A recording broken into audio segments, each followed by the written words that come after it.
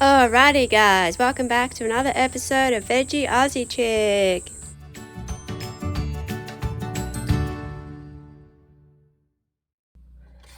Hi guys, welcome back to my channel. I just tried to do another video and I don't know, I tried not to tear up. So if my eyes look a little bit red, that's why. So I thought, okay, I might do that video another day and talk about another topic, I guess you could say. So along with my fish video and my bird video, I don't know if I put either of those up at the moment or at all, I thought I would do a video on some types of snakes over here in Australia. Snakes and reptiles aren't my friend. I do not particularly like them. Geckos and little lizards that we have around the place in summer that eat Maddie's food. I think it's absolutely funny that a lizard eats cat food. But those don't really bother me as much. Snakes, spiders don't really bother me that much either, unless it's like a redback or something like that. That can be quite dangerous and vicious. So I've got pictures here of about 3 or 4 different types of snakes, and as per usual I will read, sorry, I've got a fisherman friend in my mouth. I'll read a little bit about each snake. So this is the eastern brown snake. You can't really see its head, but that's kind of what it looks like there. I think its head's up here. So, fast-moving, aggressive, and known for their bad temper. Eastern brown snakes, together with other browns, are responsible for more deaths every year in Australia than any other group of snakes. They are probably the most poisonous, deadly snakes that we have here in Australia.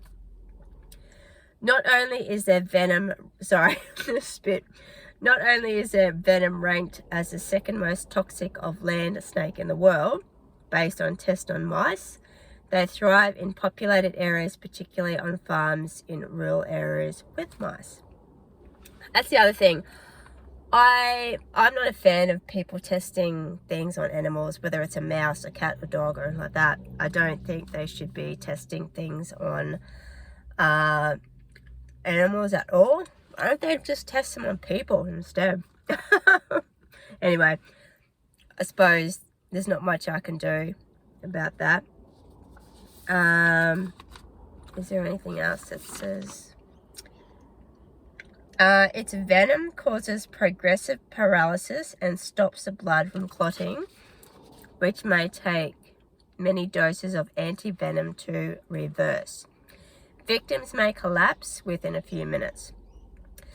So I wouldn't suggest you touch a brown snake if you come over here, because they can be deadly, and they can also cause harm to your dogs and cats, and they may not be as lucky to live like you can in the long run. So yeah, I would suggest that if you do find a brown snake in your house or anywhere else, call, I don't know if it's the reptile people or whatever, and they'll come and take care of it. Do not touch it yourself. Okay, so there's an eastern brown snake and a western brown snake. So, well, they look pretty similar, but that's what a western brown snake looks like.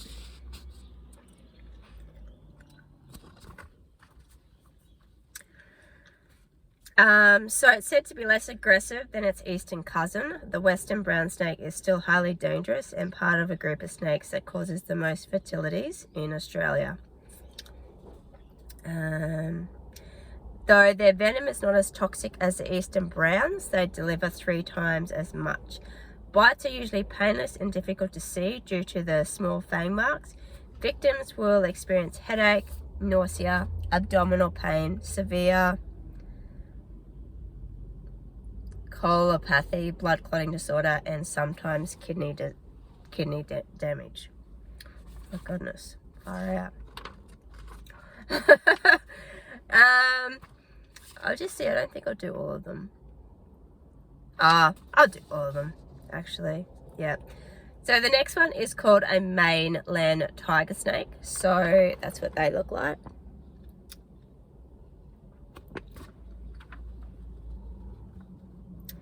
Mainland tiger snakes are responsible for the second highest number of bites in Australia, as they inhabit highly populated areas along the east coast, including some metropolitan areas of Melbourne. There you go. Watch out if you're in Melbourne. They are attracted to farms and outer suburban houses where they hunt mice nocturnally and can easily be trodden on by unsuspecting victims in the darkness. Bites are fatal if untreated, causing pain in the feet and neck, tingling, numbness and sweating, followed by breathing difficulties and paralysis.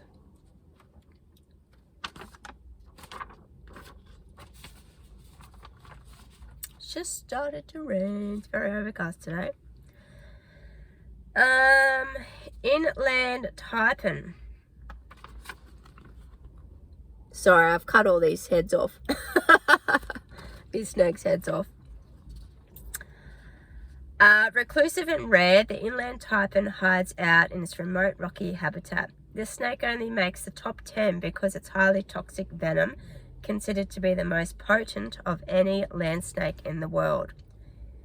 It has the potential to kill an adult human within 45 minutes, so do not touch a Typhon.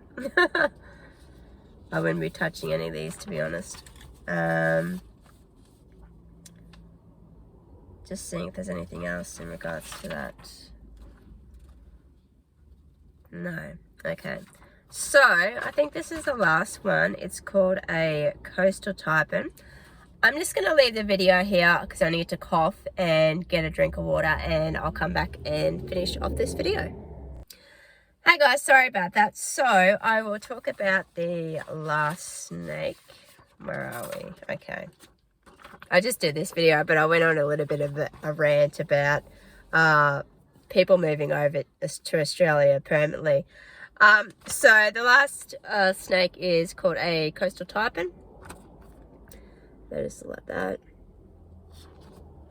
I know you can't really see much of their heads in these pieces of paper, but anyway. So coastal Typhons are equipped with the longest fangs of any Australian snake, 13 millimeters, and have the third most toxic venom of any land snakes. Extremely nervous and alert, they put up a ferocious defense when surprised or cornered, freezing before hurling their lightweight body forward to inflict several lightning fast snapping bites. However, they're not usually confrontational and would much rather escape any threat. So there are more types of snakes or other types of snakes here in Australia that I haven't mentioned. I haven't mentioned them all.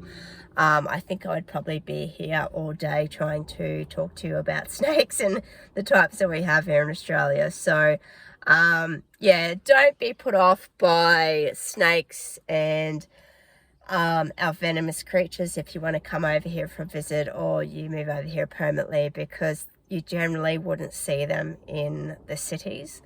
It's not to say that you'll never see one in your house or anything like that, because that can happen.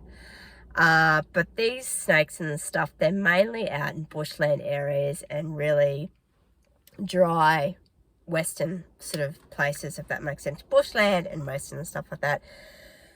Where I'm from, because I live in the state of Queensland, for those of you who don't know, I come from a small town way north of Brisbane, and we lived across from a school.